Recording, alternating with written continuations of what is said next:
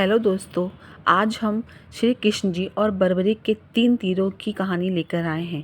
कहानी इस प्रकार है। महाभारत के समय की बात है, जब कुरुक्षेत्र का युद्ध शुरू होने वाला था। तब घटोत्कच का पुत्र बर्बरीक भी युद्ध देखने आया। वह बहुत ही वीर और महान धनुर्धर था। उसके पास 3 अद्भुत तीर और एक धनुष था, जो उसे देवी कात्यायनी माँ की आराधना करने से प्राप्त हुए थे। इन तीनों तीरों में अद्भुत शक्ति थी। पहला तीर किसी वस्तु या व्यक्ति को निशाना बनाता था। दूसरा तीर उस निशान को नष्ट करता था। तीसरा तीर सब निशानों को वापस धनुष पर लाकर रख देता था।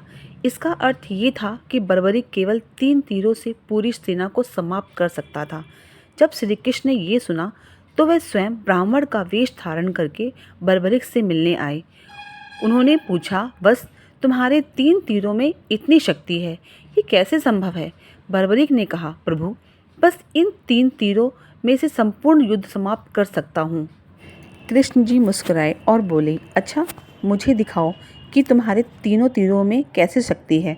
बर्बरीक ने कहा, ठीक है, आप कोई वस्तु बताइए जिसे मैं लक्ष्य बनाऊं। तब श्री कृष्ण के पास एक पेड़ पर लगे सभी पत्तों को लक्ष्य बनाने को कहा।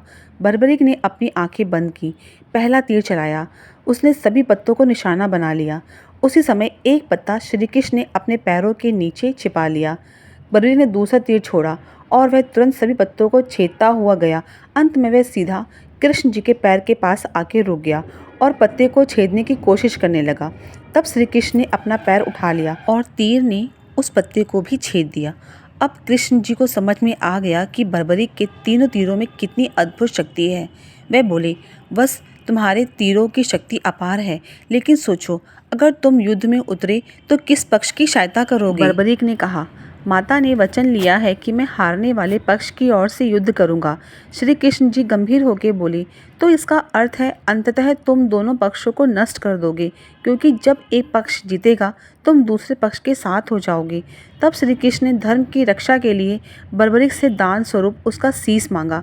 बर्बरीक ने तुरंत प्रसन्न होकर अपना सिर श्री कृष्ण को अर्पित कर दिया।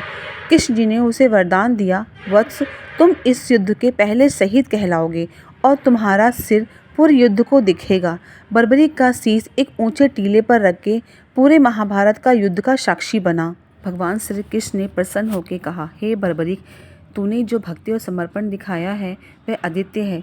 कलयुग में लोग तुझे मेरे नाम से पूजेंगे। तेरा नाम श्याम होगा और जो भक्त तेरा सच्चे मन से नाम लेगा उसके सभी दुख दूर हो जाएंगे। श्री कृष्ण ने उनके शरीर को खाटू श्याम में स्थापित किया, वही स्थान जहां आज खाटू श्याम जी का मंदिर कहलाता है। खाटू श्याम जी की भक्ति हमें सिखाती है, सच्ची भक्ति निस्वार्थ होती है। अगर मेरी ये कहानी आपको पसंद आई है तो मेरे चैनल को लाइक करें, शेयर करें, सब्सक्राइब करें। Thank you.